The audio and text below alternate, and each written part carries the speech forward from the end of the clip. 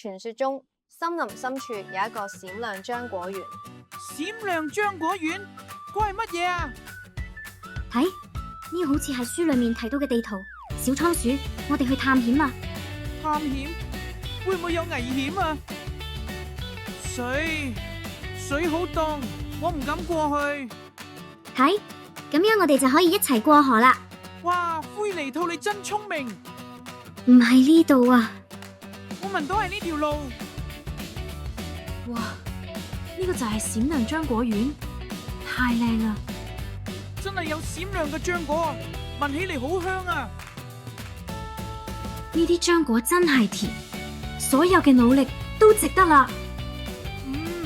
呢個係世界上最好食嘅漿果。